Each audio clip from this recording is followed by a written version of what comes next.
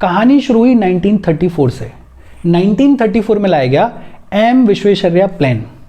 M Visvesvaraya ये अपने आप में इंपॉर्टेंट आदमी थे, ये मैसूर के दीवान रहे and also is regarded as one of the foremost civil engineers, तो अपने आप में बड़े इंपॉर्टेंट इंसान थे। एम विश्वेश्वरैया ने 1934 में किताब लिखी। किताब का नाम था प्लान्ड इकोनॉमी ऑफ इंडिया।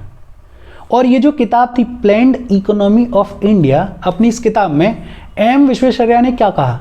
एक तो इन्होंने कहा कि हमें अपने फोकस को शिफ्ट करना चाहिए फ्रॉम एग्रीकल्चर और हमें फोकस करना चाहिए इंडस्ट्रियलाइजेशन के ऊपर।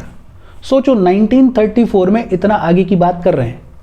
एम विश्वेश्वरैया क्या कह रहे हैं अपनी किताब प्लान्ड इकोनॉमी ऑफ इंडिया में कि हमें एग्रीकल्चर से अपने फोकस को शिफ्ट करना चाहिए और हमें फोकस करना चाहिए इंडस्ट्रियलाइजेशन के ऊपर। और हमारा एम क्या होना चाहिए? हमारा एम होना चाहिए अगले 10 साल में इनकम को डबल करने का और अल्टीमेटली ग्रोथ के थ्रू पॉवर्टी को इरेडिकेट करने का, पॉवर्टी को खत्म करने का। बहुत सिंपल, 1934 में आया एम विश्वेश्वरैया प्लान। बेसिकली 1934 में एम विश्वेश्वरैया ने अपनी किताब लिखी प्लान्ड इकोनॉमी ऑफ इंडिया, और इस किताब में इन्होंने क्या कहा कि हमें एक तो एग्रीकल्चर से अपने फोकस को शिफ्ट करना चाहिए और हमें फोकस करना चाहिए इंडस्ट्रियलाइजेशन के ऊपर। एम क्या होना चाहिए? अगले 10 साल में इनकम को डबल करने का और अल्टीमेटली ग्रोथ के थ्रू पॉवर्टी को इरेडिकेट करने का, पॉवर्टी को खत्म करने का। एक तरफ 1934 में आया एम विश्वेश्वरैया प्लान और दूसरी तरफ 1934 में ही आया फिक्की प्रपोजल। फिक्की ये एक नॉन प्रॉफिट ऑर्गेनाइजेशन है जिसको फॉर्म किया गया था 1927 में। मॉडर्न हिस्ट्री के लेक्चर्स में अपन ने इसके बारे में बातचीत की है। और ये जो ऑर्गेनाइजेशन है ये बात करती है इंडस्ट्रीज के वेलफेयर के बारे में। इस ऑर्गेनाइजेशन ने 1934 में एक प्रपोजल दिया जिसको बुलाया जाता है फिक्की प्रपोजल। इस फिक्की प्रपोजल में क्या कहा गया? एक तो बोला गया कि लाइजे फेयर को एंड करने की ज़रूरत है, ख़त्म करने की ज़रूरत है। और लाइजे फेयर क्या होता है? Minimum interference of the government in the economy. जितना कम हो सके उतना कम interference of the government in the economy is known as laissez fair.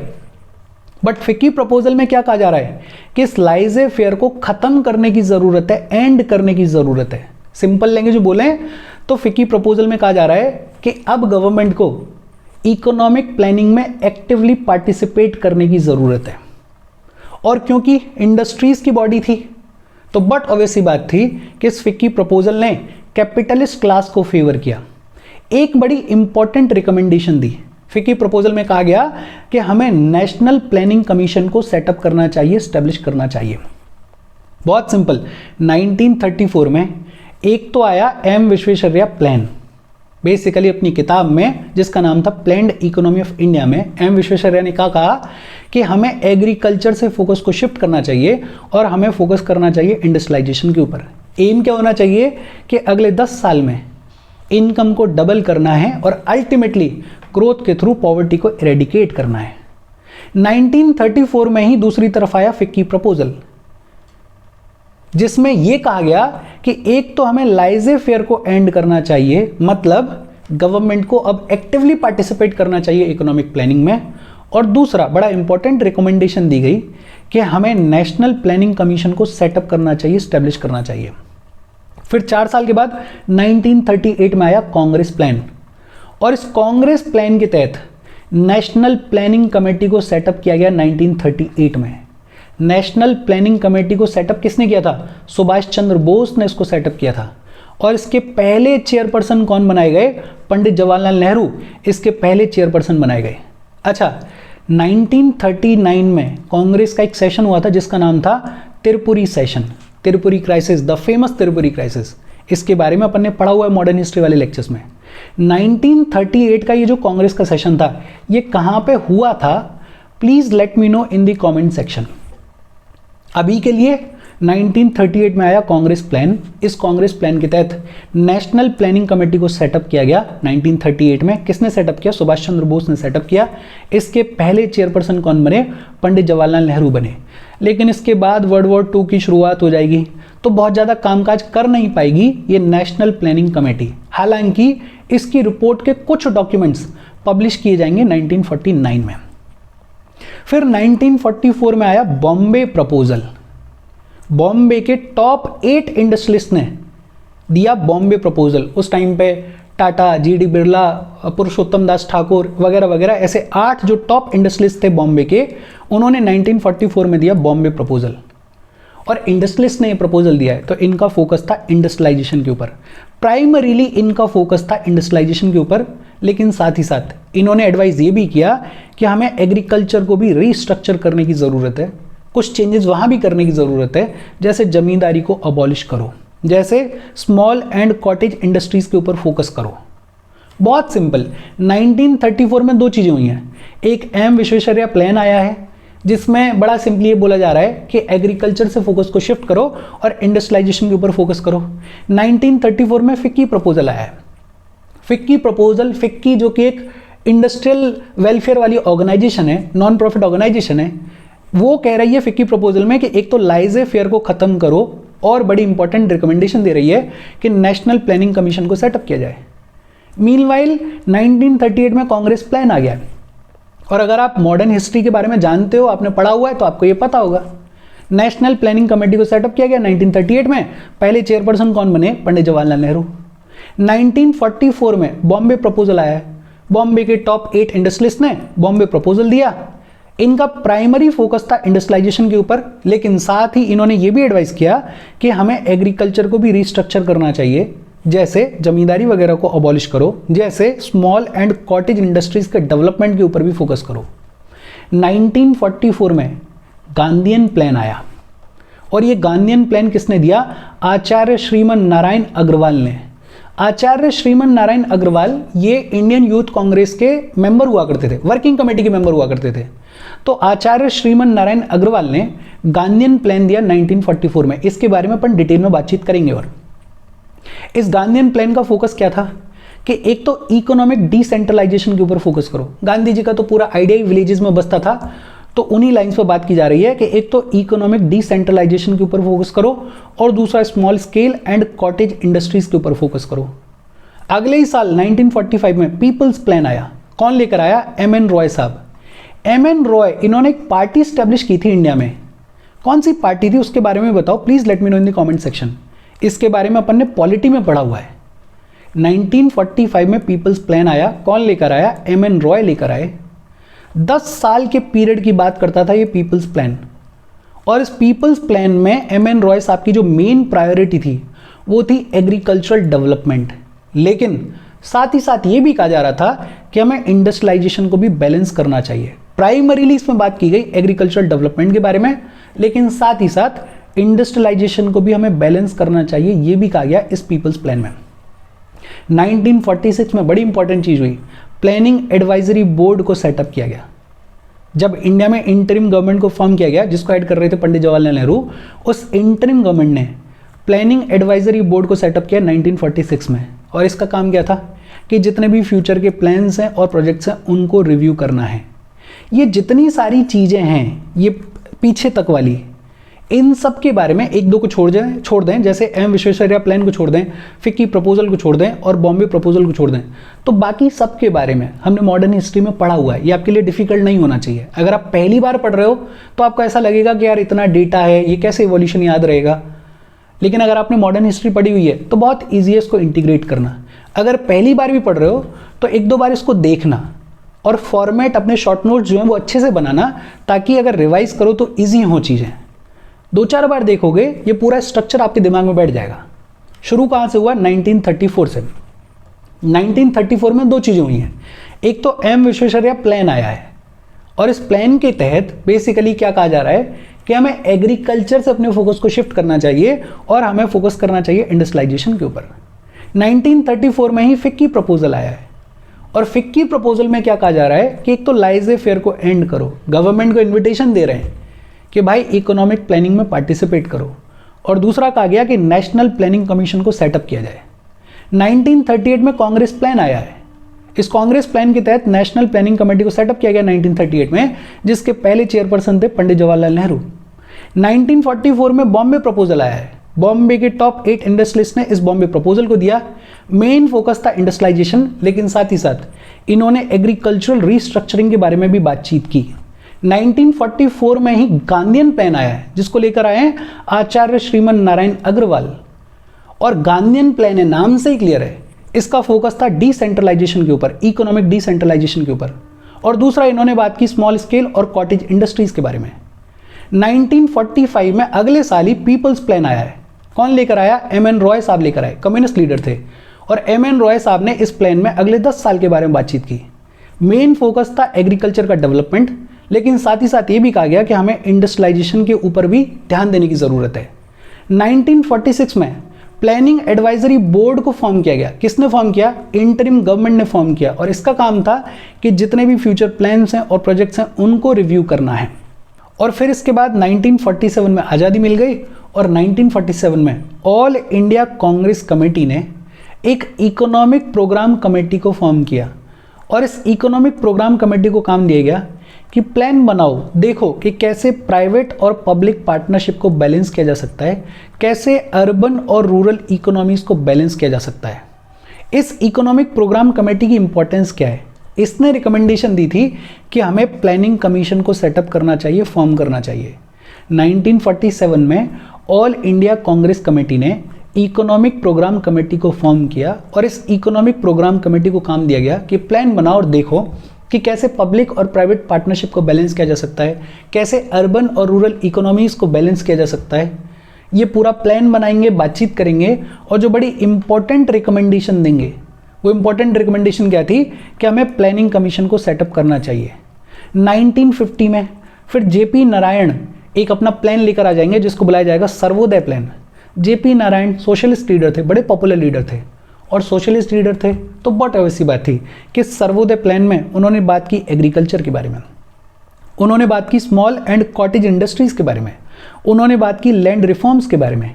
In fact इस सर्वोदय प्लान में जेपी नारायण रिकमेंड करेंगे कि हमें डिसेंट्रलाइजेशन के ऊपर फोकस करना चाहिए, हमें पार्टिसिपेटरी प्लानिंग के ऊपर फोकस करना चाहिए, ग्रास रूट लेवल पे जाके हमें कामकाज करना चाहिए, प्लानिंग करनी चाहिए। ये कहा गया जेपी नारायण के द्वारा इन दिस सर्वोदय प्लान।